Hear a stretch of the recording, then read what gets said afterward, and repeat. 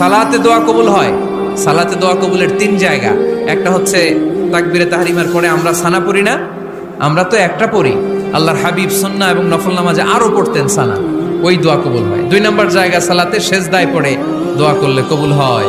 আকরাবু মা ইয়াকুনুল আবদু মির রাব্বিহি ওয়া হুয়া সাজিদ ফাকসিরু ফীহি দুআ।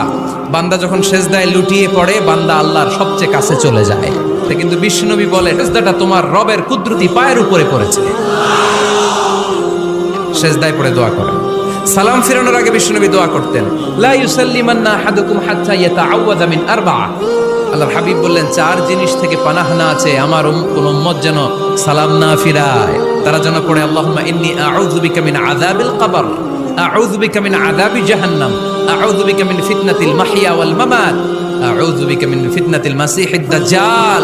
আল্লাহ কবরের আযাব থেকে বাঁচাও, আল্লাহ জাহান্নামের আগুন থেকে বাঁচাও, আল্লাহ জীবন